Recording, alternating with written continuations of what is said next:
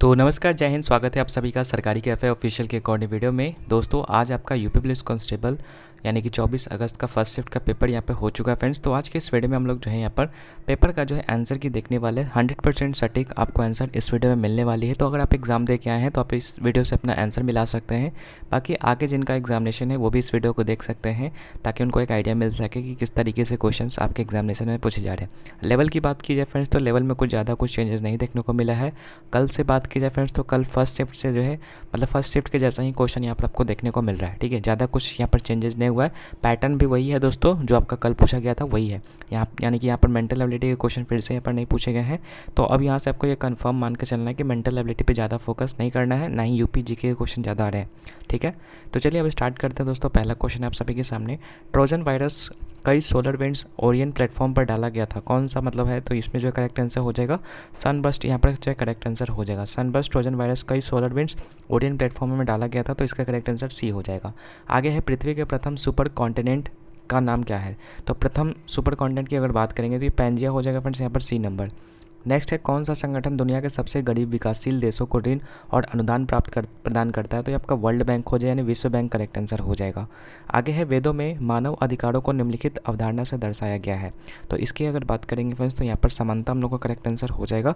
वेदों में जो मानव अधिकार है उसको समानता की अवधारणा से दर्शाया गया है। आगे, हर वर्ष किस दिन को विश्व कला दिवस के रूप में मनाया जाता है? तो ये 15 अप्रैल को मनाया जाता है फ्रेंड्स, ए नंबर करेक्ट आंसर है।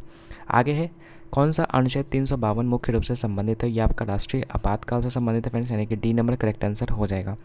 आगे है, महिलाओं और SC/ST समुदायों में उद्यमिता को बढ़ावा देने के लिए भारत सरकार द्वारा कौन सा कार्यक्रम शुरू किया गया? तो इसको स्टैंड अप इंडिया के नाम से शुरू किया गया फ्रेंड्स, जो SC/ST की उद्यमिता को बढ़ावा देने के लिए स्टार्ट किया गया है। आगे है, विजयनगर साम्राज्य की स्थापना जो कि 1336 में होता किसके द्वारा की गई थी? तो हरिहर और बुक्का द्वारा की गई थी फ्रेंड्स, सी नंबर यहाँ पर करेक्ट आंसर हो जाएगा। मेगा शहर वे शहर है जिसकी जनसंख्या तो 10 मिलियन से अधिक जिसकी जनसंख्या होती है फ्रेंड्स, उसको जो हम लोग मेगा शहर के नाम से जानते हैं, और जिनका 1 मिलियन से ज़्यादा होता है उसको महानगर के नाम से जानते हैं। ठीक है, नेक्स्ट है आपका, किस भारतीय योजना का उद्देश्य जो है असंगठित क्षेत्र के श्रमिकों को 60 वर्ष की आयु के बाद न्यूनतम 3000 प्रति माह पेंशन प्रदान करना है? तो ये आपका हो जाएगा फ्रेंड्स प्रधानमंत्री श्रम योगी मानधन यानी कि PM यहाँ पर हो जाएगा। ठीक है, प्रधानमंत्री श्रम योगी मानधन SYM। ठीक है, आगे है यहाँ पे नेक्स्ट क्वेश्चन है, द क्रॉनिकल्स ऑफ नार्निया श्रृंखला जो है किसके द्वारा लिखी गई है? तो अगर इसकी बात करेंगे फ्रेंड्स तो हम लोग का करेक्ट आंसर हो जाएगा CS लुइस। ठीक है, आगे है दोस्तों यहाँ पर नेक्स्ट है, जन्म या आप्रमासन के माध्यम से जनसंख्या में प्रवेश करने वाले लोगों की संख्या का उत्प्रवास या मृत्यु में इसे छोड़ने वाले लोगों की संख्या के बराबर होने वाली संख्या स्थिति क्या रहती है? मतलब कि जितने लोग जन्म ले रहे हैं उतने ही लोग मर रहे हैं, तो ऐसे में दोस्तों शून्य जनसंख्या वृद्धि होगी, यानी सी नंबर करेक्ट आंसर हो जाएगा। आगे, भारतीय तकनीकी और आर्थिक सहयोग ITEC कार्यक्रम का उद्देश्य क्या है? तो इसका जो करेक्ट आंसर हो जाएगा डी हो जाएगा, तकनीकी सहायता एवं प्रशिक्षण प्रदान करना जो आपका ITEC कार्यक्रम का मुख्य उद्देश्य है। आगे है, भारत में GST मॉडल की संरचनाओं की संख्या कितनी है? तो ये 4 हो जाएगा फ्रेंड्स करेक्ट आंसर। आगे है, WTO के वर्तमान महानिदेशक कौन है? तो वर्ल्ड ट्रेड ऑर्गेनाइजेशन के वर्तमान में महानिदेशक की बात करेंगे तो ये हो जाएंगे नगोजी ओकोंजो-इवेला। ठीक है, तो सी नंबर करेक्ट आंसर है। नेक्स्ट है, प्रसिद्ध उपन्यास द गॉड फादर जो है किसके द्वारा लिखा गया है? तो ये मारियो पूजो के द्वारा लिखा गया है, ए नंबर करेक्ट आंसर है। नेक्स्ट है, पैन का पूर्ण रूप क्या हो जाएगा फ्रेंड्स? तो पैन का पूर्ण रूप होता है परमानेंट अकाउंट नंबर, यानी कि सी नंबर करेक्ट आंसर है। नेक्स्ट है, पृथ्वी की जलवायु प्रणाली के लिए ऊर्जा का प्राथमिक स्रोत क्या है? तो ये आपका सूरज हो जाएगा फ्रेंड्स, ए नंबर बिल्कुल सही आंसर है। नेक्स्ट है, भारत में वित्तीय आपातकाल घोषित करने का अधिकार जो है किसके पास है? तो ये राष्ट्रपति के पास होता है, राष्ट्रपति ही आपातकाल यानी इमरजेंसी लगाता है। आगे है, फेसबुक ग्राहक सबसे महत्वपूर्ण सोशल मीडिया मार्केटिंग टूल में से एक जो है किसके माध्यम से विशेष ऑफर और ऑन डिमांड प्रमोशन के बारे में पता लगा सकते हैं? तो ये आपका फ्रेंड्स इसमें थोड़ा सा विवादित प्रश्न है। इसमें जहाँ तक मुझे लगता है कि इसका जो करेक्ट आंसर हो जाएगा फ्रेंड्स वो आ जाएगा आपका चैटिपी पुल, यानी कि इसके द्वारा जो है आपका प्लानर हो सकता है। बाकी ये क्वेश्चन जो है आपका विवादित है, तो इसका मैं आपको मतलब टेलीग्राम पर अपडेट कर दूंगा इसका कौन सा आंसर होगा। तो टेलीग्राम पर सभी लोग ज्वाइन हो जाइएगा, वहीं पर मैं इसका PDF भी दे दूँगा। ठीक है, बाकी आगे है, कौन सी बांग्लादेश की राजधानी है? तो ये ढाका हो जाएगा। ठीक है, आगे है, हर वर्ष किस दिन को अंतर्राष्ट्रीय निरस्त्रीकरण एवं अप्रसार जागरूकता दिवस मनाया जाता है, तो ये 5 मार्च आपका करेक्ट आंसर हो जाएगा। आगे हाल ही में किस भारतीय हवाई अड्डे को यूनेस्को के 2023 प्रिक्स वर्सेलस में मान्यता मिली है, तो ये आपका कैंप गोडा अंतर्राष्ट्रीय हवाई अड्डा को मिला फ्रेंड्स, यानी कि सी नंबर करेक्ट आंसर है। आगे है human rights and human wrongs पुस्तक के लेखक कौन है, तो ये आपके हैं वी.आर. कृष्ण अय्यर, यानी सी नंबर करेक्ट आंसर हो जाएगा। आगे है कौन सा अंतर्राष्ट्रीय समझौता जो है ओजोन परत के क्षरण के लिए जिम्मेदार अनेक पदार्थों के उत्पादन को चरणबद्ध तरीके से समाप्त करके ओजोन परत का संरक्षण करना है, तो ये आपका हो जाएगा फ्रेंड्स मॉन्ट्रियल प्रोटोकॉल, यानी डी नंबर करेक्ट आंसर है। नेक्स्ट दिल्ली के पहले सुल्तान कौन थे, तो ये कुतुबुद्दीन ऐबक हो जाएंगे फ्रेंड्स। नाइट्रोजन की खोज की बात करेंगे, डैनियल रदरफोर्ड हो जाएंगे। निम्नलिखित में से कौन जीएसटी का सामान्य पोर्टल है, तो www.gst.gov.in हो जाएगा, ए नंबर। आगे है ब्लू माउंटेन किसे कहा जाता है, तो ये नीलगिरी हो जाएगा फ्रेंड्स, ये आपका दक्षिणी भाग में आपका है फ्रेंड्स, याद रखिएगा। नेक्स्ट है व्यापार घाटे से क्या अभिप्राय है, तो इसका मतलब है फ्रेंड्स आयात जब जो है निर्यात से अधिक हो जाता है तो उस केस में जो है आपका व्यापार घाटा हो जाता है। आगे है उत्तर प्रदेश में कुश्ती के पारंपरिक रूप का नाम बताइए जिसमें कुश्तीबाज विशेष रूप से तैयार मिट्टी के गड्ढे में अभ्यास करते हैं, तो इसको जो है आपका कुश्ती कहा जाता है या पहलवानी कहा जाता है। आगे है किस संस्था ने रेत और धूल तूफान कृषि में समन अनुकूल नीति और जोखिम प्रबंधन उपायों के लिए एक गाइड शीर्षक के रूप में रिपोर्ट जारी की है, तो इसको जो है FAO कहा जाता है, यानी सी नंबर करेक्ट आंसर हो जाएगा। पृथ्वी का एल्बिडो काफ़ी हद तक किससे प्रभावित होता है, तो ये आपका बादल छा जाने से होता है फ्रेंड्स। इसके अलावा आपका बहुत सारे इसके मतलब कारक है, ठीक है, उसमें से एक है बादल छा जाना, ठीक है, तो बी नंबर करेक्ट आंसर हो जाएगा। आगे है यहाँ पे नेक्स्ट क्वेश्चन, डीएनए की संरचना किसके द्वारा खोजी गई, तो ये आपका जेम्स वाटसन और फ्रांसिस क्रिक के द्वारा खोजी गई फ्रेंड्स, तो बी नंबर करेक्ट आंसर हो जाएगा। आगे है किस बैंक ने भारत में विमुद्रीकरण का समर्थन किया है, तो ये आपका करेक्ट आंसर हो जाएगा फ्रेंड्स, आपका भारतीय रिजर्व बैंक यानी RBI ने विमुद्रीकरण यानी डीमोनेटाइजेशन का सपोर्ट किया है। आगे है निम्नलिखित में से किस साइबर अपराध में संवेदनशील जानकारी का खुलासा जो है होता है, तो ये आपका फिशिंग हो जाएगा friends, D number correct answer हो जाएगा। आगे है साहित्य में नोबेल पुरस्कार प्राप्त करने वाले भारतीय कौन है, तो ये हो जाएंगे फ्रेंड्स, आपको बात करेंगे तो रविंद्रनाथ टैगोर हो जाएंगे, ठीक है, सबसे पहले इनको जो है नोबेल पुरस्कार से सम्मानित किया गया था। आगे है जर्मनी की राजधानी, तो बर्लिन हो जाएगा, सी नंबर करेक्ट आंसर। तो ये हो चुका है हम लोग का यहाँ पर जीके का क्वेश्चन, ठीक है, आपने देखा भी कि यूपी जीके के एक ही क्वेश्चन आपको देखने को मिला, वो भी आप कह सकते हैं स्टैटिक का ही पार्ट है, तो ज़्यादा यूपी जीके क्वेश्चन नहीं है, ओवरऑल जीके पढ़ के जाइएगा, काफ़ी सही रहेगा, ठीक है। बाकी अब आगे बढ़ते हैं दोस्तों, अब हम लोग देखते हैं यहाँ पर हिंदी के क्वेश्चंस को। हिंदी के क्वेश्चंस की बात करेंगे फ्रेंड्स, तो हिंदी में भी आपका जो है लेवल मतलब ज़्यादा कुछ हार्ड है नहीं, ठीक है, सेम टू सेम वही लेवल है, ठीक है। तो मैं आपको बताता हूँ हिंदी के क्वेश्चन से, अब यहाँ पर मैं आपको करवाता हूँ, तो ध्यान दीजिएगा आप सभी लोग। तो चलिए यहाँ पर हम लोग का आ चुका है पहला क्वेश्चन हिंदी का, यहाँ से स्टार्ट है। 10 मुख में कौन सा समास है, तो 10 मुख में आपका देखिएगा दोस्तों यहाँ पर बहुब्रीहि हो जाएगा, क्योंकि मैंने आपको बताया था कि जब शुरू में पहला पद आपका नंबर हो और दूसरा पद जो है आपका शरीर के अंग का पार्ट हो, तो आपका बहुब्रीहि से संबंधित है, यानी कि 10 मुख आपका बहुब्रीहि में आ जाएगा, ठीक है। आगे है गुड़ गोबर कर देना का मतलब होता है फ्रेंड्स बना बनाया काम बिगाड़ देना, यानी ए नंबर करेक्ट आंसर हो जाएगा। उसके बाद है आम के आम गुठलियों के दाम, इसका मतलब होता है दोहरा लाभ कमाना, यानी कि डी नंबर यहाँ पर करेक्ट आंसर हो जाएगा। उत्थान का विलोम पूछा है, तो उत्थान का पतन हो जाएगा फ्रेंड्स, ए नंबर। नेक्स्ट है चलना फिरना दौड़ना कौन सी क्रिया है, तो ये आपका अकर्मक क्रिया है, डी नंबर। आगे है गधांश, तो गधांश आप पढ़ लीजिएगा, बाकी मैं ऐसा आंसर बताया तो आपको। अपव्यय का अर्थ होता है फ्रेंड्स फिजूल खर्ची, ठीक है, तो बी नंबर करेक्ट आंसर हो जाएगा। नेक्स्ट है गधांश का उपयुक्त शीर्षक क्या हो जाएगा, तो आप इसका जो है शीर्षक लगा सकते हैं ईर्ष्या, ठीक है, सी नंबर। ईर्ष्या का काम क्या है, तो ईर्ष्या का काम जलाना है फ्रेंड्स, तो ए नंबर करेक्ट आंसर हो जाएगा।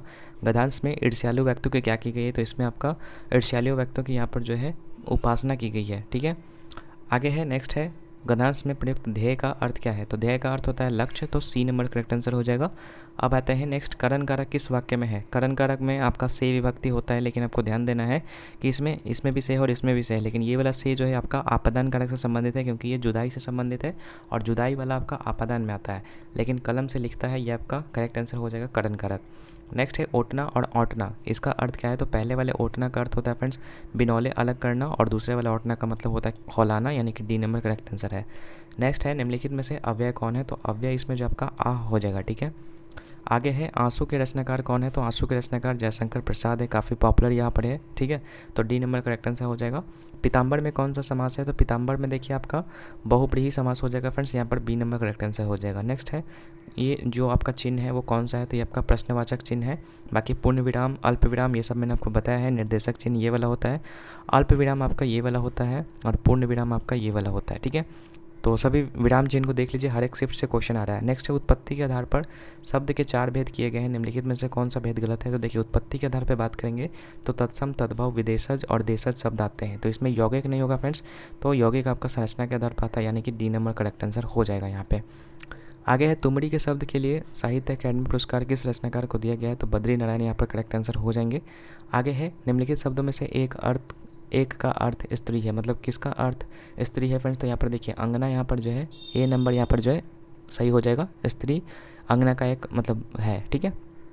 आगे है निम्नलिखित वाक्य को शुद्ध रूप का चयन करना है। तो देखिए पिछले सोमवार को स्कूल बंद रहेगा, इसमें ये सही है, या फिर पिछले सोमवार को स्कूल बंद था। तो पिछले सोमवार की बात की जाए, यानी कि भूत की बात की जा रही है, तो इसके साथ जो है भूत वाला यहाँ पर जो है यहाँ पर आएगा, तो भूत वाला यहाँ पर था में है, यहाँ पर बी नंबर करेक्ट आंसर हो जाएगा।